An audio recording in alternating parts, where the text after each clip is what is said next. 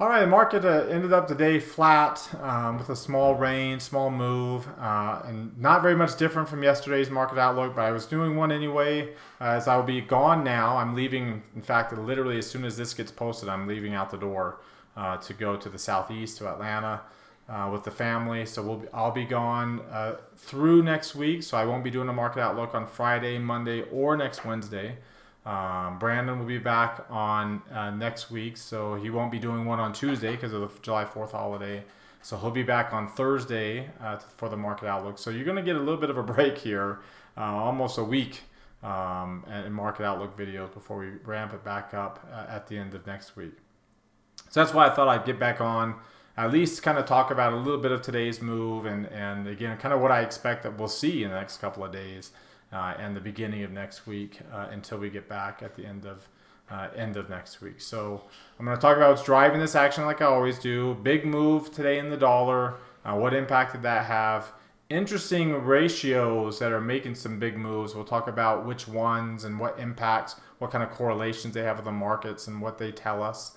So we'll talk about that. So the interesting moves there. And then our trade idea as a stock. That has been so bearish for so long, but has been basing for months and months and months. So we'll look at trading that and we'll with our trade idea of the day. So let's go ahead and get started. Today is Wednesday, June the 28th, 2023. This is the Market Outlook from MarketScholars.com. My name is David Settle. All right, before we get going too far, I invite you to subscribe to our YouTube channel with this icon here, or the red subscribe button down below. Click the thumbs up icon to like our video. Comment on anything that stood out to you today. Join our website at MarketScholars.com for free. Follow us on Twitter for more content between the videos, and join our Market Outlook Facebook group that we've created. All right, if you're watching us on our blog, check out some of these other things over here on the right, including our Market Outlook live video that I do when I do the Market Outlooks. I do that at 3:30 Eastern Time to put the trade idea on before the market closes. Come down to the bottom, click this heart, it opens up this tab, hit that like button. Same thing here, click on this thumbs up icon, it opens up this tab, and hit that like button there. Again, the more you do that, it helps get our content out to all of our followers on those platforms. That's why we always ask for it. It's a big deal for us. We always ask for it every day. Our goal on Twitter, again, is to get 100 likes. We've really dropped off. I'm not even getting close anymore. We used to be close like in the 90s, and now we're not even getting above 70. So if you like these day in and day out, thank you very much. If you don't, you can do right now while you're watching with one or two really easy clicks. All right, let's start off taking a look at the S&P 500 with the market forecast indicator. As you can see, it was a really flat day. We're a few minutes before the market closed, but it was a flat day, and the near-term line rallied, did not get into the upper reversal zone. Intermediate line still kind of flat, right around the 75th percentile, still below 80, still below market sentiment. Momentum line, of course, dropping with the smaller range. That's not surprising. So now the question is whether that near-term line will get into the reversal zone or not. We really need to push through tomorrow and get that near-term line up there. Because if it peaks here and rolls over, obviously that in and of itself is a bearish near-term peak. But if you add to that the fact that it would be a lower near-term high point, which is one of our first lower near-term peaks that we've had, then you would expect a lower near-term low point, and that's generally an intermediate decline. That will bring the intermediate line down.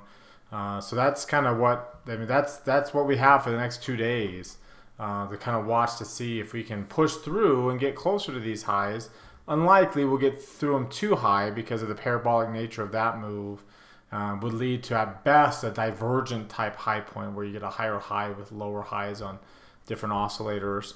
But the norm would be to kind of end up in this area here before ultimately starting our intermediate decline. If you look at some of the other oscillators, they're all exactly the same. The Dow looks exactly the same. Intermediate line is below market sentiment and falling. The near-term line set up for a bearish near-term peak, even more so than the S&P.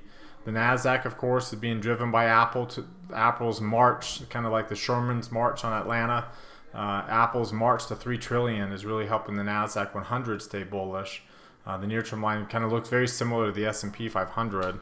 But then you have your Russell 2000, which is, the short-term sentiment looks great.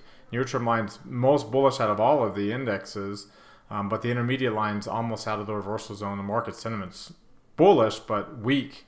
It's the weakest bullish market sentiment of all of them. So that's kind of what their charts are looking like. As I mentioned yesterday, the S&P is still set up for a transition candle. Fortunately, it's not a bearish candle, the regular candle, so that's a good sign. It might lead to actually another transition or two, similar to what we saw here, and then may lead to no pullback. Right, we might just be able to continue to move higher, which kind of would be our ideal scenario. Unlikely scenario, but ideal. That would be the ideal scenario.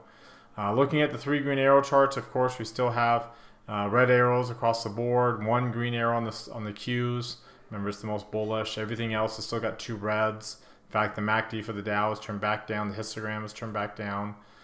So neither one of them have 3 reds, though, so that's a good sign from that perspective. You are still in convergence mode. The MACD is below its moving average, even though we're still slightly above the 8-day. MACD is easily below its moving average and falling. Still pretty high, but it's still falling, which means we're in convergence mode. The DMI is below its moving average, or ADX, excuse me. That's convergence mode. Convergence mode again means that any upside we have is limited. It won't have the same momentum as a normal bullish move would have. Stochastics is below its moving average, convergence mode. So more likely starts to pull back, but at best, if we choose to stay higher, it'll just kind of grind to the upside. The intermediate trend was mature. It's not mature now. We're below 5 here, but when it was mature, we dropped below 8. The 9-day, the Tenkan line on the Ichimoku cloud. That's convergence mode. And then finally, our Bollinger Bands. We are in that lowest. We're not in the upper quartile anymore. The momentum is falling. The bands are moving towards Keltner. We are inside the Keltner channel, upper half, but inside the Keltner channel. So again, convergence mode. So we are grinding sideways right now on the S&P 500, and which means the bullishness is most likely this current bullish move at the least is most likely done. Looking at the Arun indicator tells us the same thing. We're trading inside yesterday's range. We're trading inside last week's range, right in the middle. The range is getting smaller and smaller. As you can see, the range down here is getting smaller and smaller, and it will continue to get smaller and smaller over the next few days. So by Monday, the low point will be right here, and then on Tuesday, it'll be up to this area, and it'll be there for the rest of the week next week. And if you look at the high, and this is the low where my cursor is, it's a pretty tight range. So you'll be back down probably below 5%, so you'll be setting up for some kind of breakout move again to come out of this, especially with the Arun indicator, with us falling below 70 and now potentially falling below 50, more likely falling below 50 here in the next couple of days, with the red line already having hit 0. So you're looking for the breakout of the red line. We've stopped hitting the 100 on the green line, so now we're looking for, even if it's just a temporary line, I mean, this is about as temporary as we got there, but even if you're looking for just a temporary move to the upside, I mean, it's coming according to the Arun indicator, and as well as like the volatility index. You can see again it's very, very low.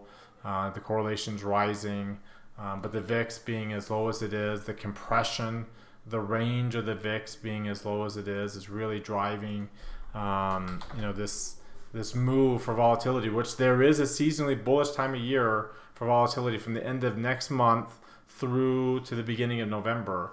And so we are definitely setting ourselves up for that move. We are so extremely low on volatility, and the correlations haven't been where they need to be. The correlations between the VIX and the VVIX, correlation between the VIX and the S&P, the ratio of the VIX to the VIX 3M, all together individually are bullish for volatility separately. But you put them together, as well as the seasonality factor, as well as the VIX compression, we are really setting up for it. And for that matter too, in combination with that, the skew having been above 150 here, and the average getting above 145, that screams a volatility move is expected, and especially with the skew having dropped below the moving average. So we're set up for that to be sooner rather than later. So I don't know if it's typically it waits until the earnings season starts. It might not wait that long, as we saw today with just a little a little higher odds for rate hikes, it appears that that's kind of is kind of taken away the complacency of the market and provided a little bit of volatility. And you can see now 81% odds for a rate hike in July. And then now the question is, where's the next? If the Powell says two more, the futures market still doesn't say two more yet. You're only at 16%. And then if you look at by the end of the year, where the market had been looking for rate cuts, the odds of rate cuts now, you're about 75% chance that you'll be at if one more rate hike, that will still be there by the end of the year, and a 25% chance with two more rate hikes that will be there by the end of the year. So rate cuts are off the table, are just about completely. I mean, we're kind of back to where we were before the banking crisis hit, the regional banks failures hit here in early March. We're kind of back to that level, and interestingly enough, Apple and its market cap is back to its pre-correction level. So in January 2022, the last thing to hit before the correction started was Apple hitting 3 trillion. That's been the talk of the day today. And so will Apple provide the market again the spark for the increase in volatility? You can see if you were to go back over here for a couple of years to where the VIX was when this all started. So here in January, the VIX was below 80%. Relative to the VIX 3M, it was well below 20, and that was the spark. And we're a lot lower now than we were even then, for Apple to potentially kind of run out of the buyers that were trying to push it to this big round number in terms of market cap. Not that the market really cares about that, but a lot of participants see the same things, and that's the psychological draw towards you see. And it's kind of making that march higher, and you just get along for the ride with the weakest hands hopping on the ride at the latest points. All right, if you take a look at what's driving this price action, again, the Qs and commodities now are pretty negative. But if you just look at this over the last 3 months, if you just take a look at here today, so let's go June 28th, and then we'll go to just today alone. Emerging markets had the biggest loss, and that's not very big of a move, but it's the biggest outlier in what was otherwise a tightly wound day for all these different asset classes. The Qs finished flat as a pancake. IWM ended up with a pretty decent return, but the dollar was your biggest mover to the upside, as well as high yield. High yield really jumping up. Let's take a look at that ratio chart here really quickly.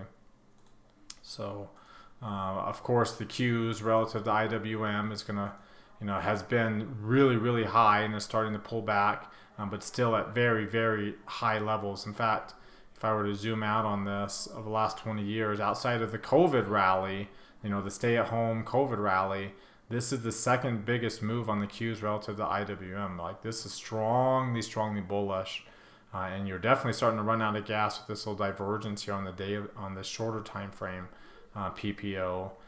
So we're diverging. We're getting divergent high points after a parabolic peak. You get a divergent high, and you're waiting to see how this ends up correcting. But of course, the bigger mover today was high yield ramping up, and you can see the big move there on that chart. Let me zoom in a little bit to the 1-year chart. And you can see it's back up above its 8-day, one of the bigger moves it's had, and you can see from a long-term perspective. It had a good momentum move here going into options expiration. Big move up here today. The CCI appears to be kind of diverging, as well as the RSI. So unlikely that we'll get up to new highs here. And if we do, unlikely that the oscillators will, which means that either we're forming a lower high point here in the short term, and the MACD will stay below its moving average, and then cross over on the long-term basis, and we'll get a divergent high point.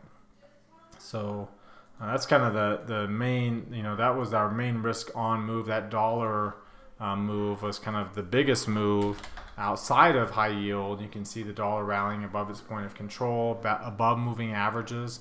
In fact, it crossed up above its 8, 17, and 30 day today. with the MACD crossing above its moving average and almost about to cross above zero. Stochastics appears to be bottoming at the low end of bullish territory and bouncing. So it looks like we got a nice little pullback on the dollar, and now we're bouncing back up to new highs. And again, the strengthening dollar and rising yields are kind of flat here, but still up off their lows. And those have been that's the combination that has been bearish, especially when it's been included with the commodities. But commodities are in a decline and continue to be in a decline, and MACD is below its moving average and falling, and that's not bullish for equities either.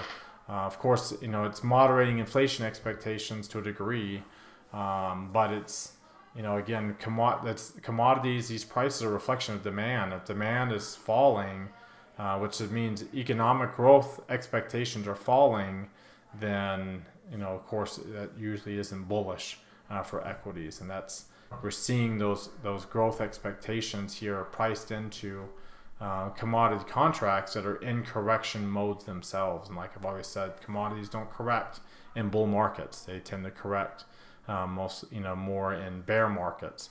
And so there's definitely something to keep an eye on. It's been able to hold support. We would be better served if it were to rally, hopefully not to new highs, but rally up into this area. We'd be better served for that.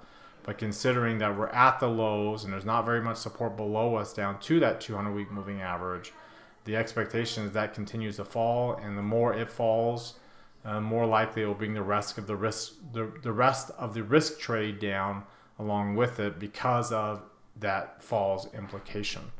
Let's take a look at how the sector has performed here today. So give me 1 second to pull up the sector chart. And you can see here from a sector standpoint, just today alone, right here, you can see the biggest movers on one direction was the utilities, which is ironic because you didn't have a big move in yields to push that down. Real estate didn't join it with it, so that was kind of its own thing. On the other hand, energy was your bigger move to the upside. So when you look at that ratio of kind of one cyclical area relative to XLU, energy relative to XLU, that's a big breakout move there.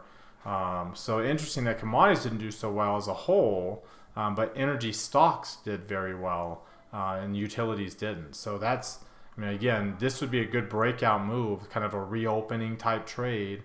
As you can see in 2021 or 2022 there, when the Dow really took off those in this case September lows, energy really took off relative to utilities. And utilities, it's been consolidating, but if you get a breakout on this, that would be bullish for risk appetite, whereas a move lower would not be. So one day move is great to get back up to the 200-day moving average. We basically filled in the gap between the intermediate terms and that 50-day. Now the question is whether we break up through. Get above 125, we're getting higher highs off of a higher low. Now we're trending higher. We're potentially getting back above 60 on the RSI, getting above 100 plus on the CCI. Very, very good sign if this is more than just a one-day kind of fake out type move. All right, so for our trade idea of the day, I wanted to take a look at Zoom. Zoom has been, obviously it's given back a lot of its gains, but for most of this past 6 or 7 months or so, it's been really consolidating. Mostly bearish, slight bearish tilt to it, but it's been kind of on its longest bullish run, not a very big bullish run, but the longest bullish run of dark green shading and a green line that we've seen for a while. So it appears at least the declines for Zoom have moderated. We're basing and we're converging. The PPO is rising off of significant low points here. Let's go as far back as it can go. Obviously way off of its lows, but it doesn't look like it's going down any lower either. Candles are really small right now. From a 3 green arrow standpoint, the stock has slowly crossed back above these moving averages, but it's kind of hovering between the 50 and the 200. Trading around the range of the point of control has been now for almost a full expiration cycle, has been around between those two lines, 50 and 200-day moving averages. Again, hovering around the point of control, that's where the volume node is, that's where all the volume is in the past year, and that will just continue to be the case. If you look at some of these other oscillators, very neutral patterns, both of them near 20, on the DMI, the RSI, and the CCI are both near their neutral levels. You can see right in the middle of their charts. The Ichimoku cloud shows no trend going on right now. Both of them hitting zero here today, so no trend going on there. The Bollinger Bands and the Keltner channels, you can see we're in the middle of the bandwidth. The bandwidth is as low as it's been for the last 150 days, and the bands are easily inside the Keltner channels and very little momentum. So the perfect setup here for an iron condor spread. So if I were to take a look at iron condor setup here, selling the low 20 delta, so we'll sell the 64 by the 62 for protection, sell the 74 by the 76 for protection. So you can see the trade down there that we did before the market closed in the Market Outlook Live session. You can see the position size in here. Get rid of that trade. There's our position size, our normal position size for a pretty decent reward. And those lines at the break evens, this is where they're at in the chart. So we'd have to really, like, if we're breaking out up here, you're going to be breaking the new highs. And if we're breaking down, you're going to be breaking out of the bands, the Keltner channels, and really making a move down to the lows of the year, which would be pretty directional in either case. So we'd want to be out of it if it were to make that move. As long as it stays in this range, we're good to go. All right, well, that does it for today. You've heard from me now. Now I want to hear from you. Use that link popping out in the top right corner of your screen. That takes you to our Market Outlook forum. Open up any new thread there with any questions or comments you have. Reply to anybody else's thread, and let's keep this conversation going in between videos. Again, thank you very much for watching. Remember to subscribe to our YouTube channel, hit that thumbs up icon, comment on the video. Join us at MarketScholars.com for free. Follow and like us on Twitter and Facebook as well. Have a great rest of your weekend, everybody, as I'm off for a week here. Brandon's off too for the weekend. So we'll see everybody here next week. All right, goodbye, everyone.